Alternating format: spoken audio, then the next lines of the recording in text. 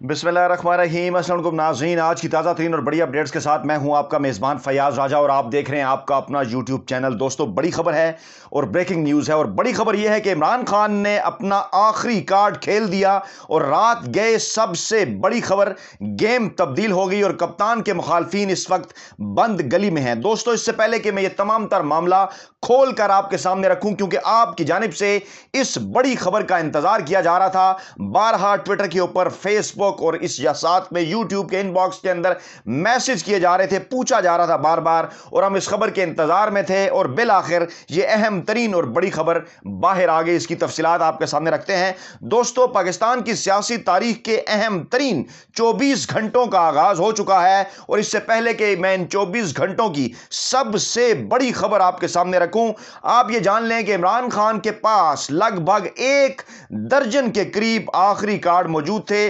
जिनमें से हर एक कार्ड को उनके मुखालफिन आखिरी कार्ड समझ रहे हैं। इससे पहले कि मैं इस खबर की तफसीलात में जाऊं, मैं आपको यह बताना चाहता हूं कि आज जो 2 अहम तरीन डेवलपमेंट्स हुई, उस पर आपके सवालात भी आए, लेकिन उन सवालात के जवाब देने से पहले मैं आपको ताज़ा तरीन अपडेट दूं। और ताज़ा तरीन अपडेट यह है कि इस रात के इस पहर, जिस वक्त मैं आपके सामने ये वीडियो करने जा रहा हूं, इस वक्त तक भी इमरान खान को इस्तीफा देने के हवाले से उनकी मिन्नतें तरले किए जा रहे हैं। जी हां, बिल्कुल, मामला ये शुरू हुआ, पहले धमकियां, फिर मुतालबे, फिर मशवरे, फिर पैगाम, फिर ऑप्शंस, और अब बात मिन्नतों और तरलों तक पहुंच गई, प्लीज खान साहब इस्तीफा दे दें। लेकिन मामला क्या है? आप भी बार बार मुझसे पूछ रहे हैं कि इमरान खान से इस्तीफा आखिर क्यों मांगा जा रहा है, जबकि सिर्फ 24 से 36 घंटे दूर है तहरीक अदम एतमाद की वोटिंग। और मैं कई दफा इन बिटवीन द लाइन्स आपको मैंने ये बात समझाने की कोशिश की,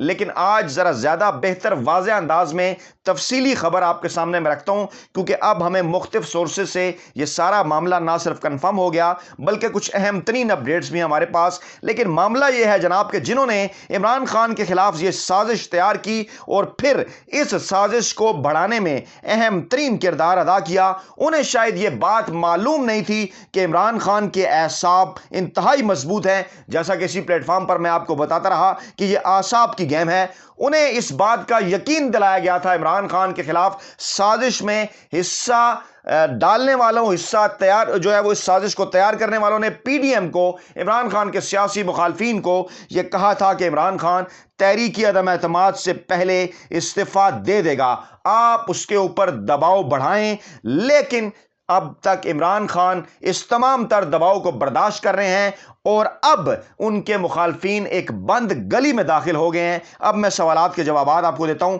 पहले आप यह जान लें कि आज जब इमरान खान की जानिब से यह कहा गया, इमरान खान ने जब यह कहा अरशद शरीफ साहब के इंटरव्यू के अंदर कि उन्हें 3 ऑप्शन दिए गए, उनसे पूछा गया किसने दिए, तो उन्होंने कहा कि अपोजिशन की जानिब से इस्टेब्लिशमेंट के जरिए ये 3 ऑप्शन उनके सामने आए कि या तो वो रिजाइन कर जाएं, या फिर वो फौरी तौर पर जो है वो आइंदा नए इंतखाबात के हवाले से फैसला करें, या फिर वो अदम एतमाद का सामना करें। अब इस बात को समझिए, यही वो नुक्ता है कि जब वो अदम एतमाद का अगर सामना कर रहे हैं, तो इसका मतलब है कि उस वक्त उन्होंने फौरी इंतखाबात के ऐलान को भी और इस्तीफे को भी रिजेक्ट कर दिया, और यही वो मामला था। अब ये बात वो आगे चलकर कर रहे हैं कि तहरीक अदम एतमाद के कामयाब होने के बाद वो अर्ली इंतखाबात की तरफ जाएंगे, या बेहतर ऑप्शन होगा। अब इस सारे मामले को इस तरह से समझ लीजिए कि पाकिस्तान में आज तक क्योंकि कोई भी तहरीक अदम एतमाद कामयाब नहीं हुई, इसलिए आइन इस हवाले से जो है वो खामोश है कि तहरीक अदम एतमाद कामयाब होने के बाद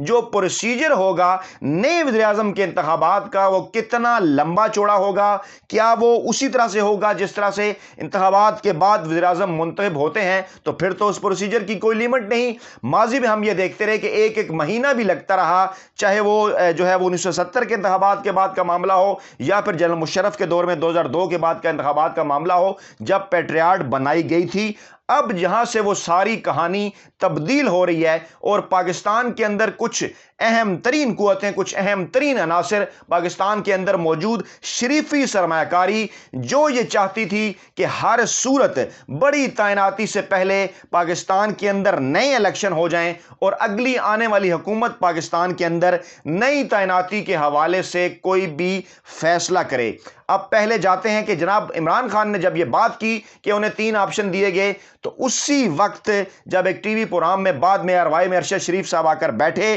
باقی لوگ بھی گفتگو کر رہے تھے، تو جو میزبان تھے پروگرام کے وسیم بادامی صاحب نے ایک میسج پڑھ کر سنایا جس کے متعلق انہوں نے بظاہر یہ دعویٰ کیا کہ یہ عسکری ذرائع کی جانب سے آیا ہے اور وہ یہ کلیئر کر رہے ہیں۔ انہوں نے کہا انتہائی ذمہ دار ذرائع ہیں، لیکن انہوں نے نام نہیں لیا، نامعلوم ذرائع انہوں نے قرار دی اور کہا کہ جناب ان کی جانب سے یہ کہا گیا ہے کہ جناب ہمیں عمران خان کی جانب سے یہ کہا گیا اور اس کے بعد ہم نے یہ میڈیشن کرائی، جبکہ عمران خان نے یہ کہا تھا کہ اپوزیشن کی جانب سے اسٹیبلشمنٹ نے ان کے سامنے یہ 3 آپشنز رکھے تھے۔ اب یہاں پر وہ تمام تر صورتحال مزید گھمبیر ہو گئی اور میں جو کہ گزشتہ تقریباً 20 سے 22 برسوں میں اسلام آباد میں جو ہے وہ وزارت دفاع بھی، ISPR بھی اور اس کے ساتھ ساتھ فارن آفس بھی اور دیگر تمام بیٹس بھی کور کر رہا ہوں، تو میں آپ کو یہ بتاتا ہوں کہ ہمیشہ جو خبریں آتی ہیں ہمارے پاس دفاعی ذرائع سے، ایک تو باقاعدہ طور پر کوٹ خبریں ہوتی ہیں، ISPR کا بیان ہوتا ہے، ان کو کوٹ کیا جاتا ہے، دوسرا بعض اوقات عسکری ذرائع کے حوالے سے بھی خبریں آتی ہیں، لیکن یہ وہ خبریں ہوتی ہیں عسکری ذرائع کے حوالے سے جب تمام ٹی وی چینلز کو یہ خبریں دی جاتی ہیں، بھیجی جاتی ہیں، کوٹ نہیں کیا جاتا کسی کو، لیکن عسکری ذرائع کو کوٹ کیا جاتا ہے اور یہ تمام ٹی وی چینلز کی سکرینوں کی زینت بنتی ہیں اور تمام اسلام آباد کے اندر کام کرنے والے صحافی اس بات کو جانتے ہیں کہ عسکری ذرائع کے نام پر یہ جو خبر آئی ہے ڈیفینیٹلی یہ عسکری ذرائع ہی کا موقف ہے اور وہ تمام ٹی وی چینل کی سکرین کی زینت بنتا ہے۔ اب آج جو واقعہ ہوا کہ ٹی وی چینل کی سکرینز کے اوپر ٹکر نہیں آئے، نہ ہی یہ بتایا گیا کہ کس نے یہ خبر بھیجی ہے، لیکن ایک اینکر کے ذریعے یہ کہہ دیا جانا کہ عسکری ذرائع کے کچھ ذرائع نے یہ کہا ہے کہ جناب ہمیں عمران خان نے، وزیر اعظم پاکستان نے میڈیشن کا کہا تھا۔ یہ ایک بڑا سوالیہ نشان ہے اور ماضی میں اس کی ایک مثال ملتی ہے اس وقت جب کہ اس قسم کی خبریں چلی تھیں۔ میں اس وقت سما ٹی وی میں ہوتا تھا جب ڈان ٹی وی پر ایک خبر چلی، جب نواز شریف کا معاملہ تھا، عمران خان کا لانگ مارچ تھا، طاہر القادری کا مارچ تھا، تو ایک خبر چلی کہ جناب عمران خان کے نواز شریف سے استعفیٰ مانگا ہے فوجی قیادت نے، اور وہ خبر بھی اس طرح سے اس ذرائع کے حوالے سے چلائی گئی، ایک ٹی وی چینل نے چلائی اور پھر اسی ٹی وی چینل کو کوٹ کیا جیو نے۔ تو یہ اسی قسم کا ایک معاملہ ہمارے سامنے آ رہا ہے اور ارشد شریف نے بھی پروگرام کے اندر بیٹھ کر سوال کیا کہ جب DG ISPR major general Babar Iftikhar صاف کہتے ہیں کہ کوئی ان کا سیاست میں کردار نہیں اور ہمیشہ وہ اپنی بات کو سامنے آ کر کوٹ کرتے ہیں، تو پھر یہ کیوں کر ممکن ہے کہ اس موقع کے اوپر ذرائع نامعلوم رہ جائیں؟ اس کے بعد آپ نے یہ دیکھا ہوگا کہ کچھ مخصوص صحافی، یوٹیوبرز، ویلاگرز کی جانب سے اس خبر کو پروموٹ کیا گیا کہ عسکری ذرائع نے یہ کہا ہے کہ اپوزیشن کی جانب سے عمران خان کے پاس وہ یہ آپشن نہیں لے کر آئے، بلکہ عمران خان نے انہیں یہ کہا کہ ان کی اپوزیشن کے ساتھ جو ہے وہ مفاہمت کرائی جائے اور یہ آپشن سامنے آئے۔ اب ذرا سوچئے کہ عمران خان نے اگر یہ کہا ہوتا کہ یہ مفاہمت کرائی جائے تو وہ جو آپشن 3 سامنے آئے ہیں اس کے اوپر عمران خان اگر یہ کہتے کہ مفاہمت کرائی جائے تو کیا وہ انتہائی 2 فیورٹ چیزیں جو کہ اپوزیشن کو پسند ہیں کہ فوری الیکشن کا اعلان کر دیا جائے اور عمران خان استعفیٰ دے جائے، وہ تو عمران خان مان ہی نہیں رہے، تو یہ کس قسم کی مفاہمت ہے جو عمران خان چاہتے تھے اور خود پھر وہ ڈٹ گئے کہ جناب میں نے یہ 2 کام نہیں کرنے، تو پھر اس کے علاوہ کون سا کام بچتا تھا؟ اس کے علاوہ یہی کام بچتا تھا کہ جناب وہ تحریک عدم اعتماد کا سامنا کریں اور وہ کر رہے ہیں۔ تو کیا عمران خان نے یہ میڈیشن خود نے دی کہ میں تحریک عدم اعتماد کا سامنا کرنے کے لیے تیار ہوں، کیونکہ سر دست تو وہ تحریک عدم اعتماد کا سامنا کر رہے ہیں؟ یہ ایک سوالیہ نشان ہے، اس کو غور سے سمجھیے اور ان لوگوں کے چہرے بھی پہچانیے، کیونکہ ہماری یہ ٹریننگ ہمیں بتاتی ہے کہ آپ کے سامنے جب 2 خبریں ہوں، ایک طرف وزیر اعظم پاکستان کوٹ کر رہے ہیں، وہ انٹرویو میں آن دی ریکارڈ کہہ رہے ہیں کہ مجھے اپوزیشن کی جانب سے یہ 3 آپشن اسٹیبلشمنٹ کے ذریعے جو ہے وہ پہنچائے گئے، اور دوسری جانب کچھ نامعلوم ذرائع کی جانب سے کچھ ٹی وی اینکر یہ دعویٰ کرتے ہیں کہ ان کا یہ کہنا ہے کہ عمران خان نے انہیں میڈیشن کا کہا تھا۔ اب ان دونوں خبروں کی صحت کا آپ خود اندازہ لگا لیجئے، میں یہ دونوں چیزیں آپ کے سامنے رکھتا ہوں۔ اب میں آپ کو لے کر چلتا ہوں کہ معاملہ کیا ہے، بند گلی میں کیوں ہے، تاکہ تمام تر آپ لوگ اس ساری بات کو سمجھ سکیں جو کہ ٹویٹر کے اوپر फेस के ऊपर बाकी जगहों पर सवालात किए जा रहे हैं। दोस्तों मैंने आपको पहले कहा वीडियो लंबी हो रही है कि बंद गली में आईनी लिहाज से इस वक्त सारे, क्योंकि कहा यह गया था कि इमरान खान ऐसाबी दबाव बर्दाश्त नहीं कर पाएंगे और इस्तीफा देकर घर चले जाएंगे, लेकिन इमरान खान ने स्टैंड लेकर तमाम को बंद गली में पहुंचा दिया है, उन तमाम अनासिर को, क्योंकि अब वो तमाम अनासिर ये सोचने पर मजबूर हैं कि अगर तो इमरान खान के खिलाफ तहरीक-ए-एतमाद नाकाम हो गई, जिसके चांसेस आज भी मौजूद हैं 50% से जायद, तो फिर आइंदा आने वाला वक्त उनके लिए इंतहाई मुश्किल होगा और इमरान खान पहले से ज्यादा मजबूत हो जाएंगे। और दूसरी बात कि अगर इमरान खान के खिलाफ तहरीक-ए-एतमाद कामयाब भी हो जाए तो उसके बाद क्या होगा? जी हां, यही वो सवाल है जिस पर आइन खामोश है और जिस पर मुख्तलिफ जो आइनी माहिरीन हैं वो सुप्रीम कोर्ट के पास जाना चाहते हैं, उनसे राय लेना चाहते हैं। और इमरान खान पहले ही सुप्रीम कोर्ट के अंदर मौजूद हैं और वहां पर मौजूद हैं चीफ जस्टिस उमर अता बंदयाल, जो कि उस बेंच का हिस्सा थे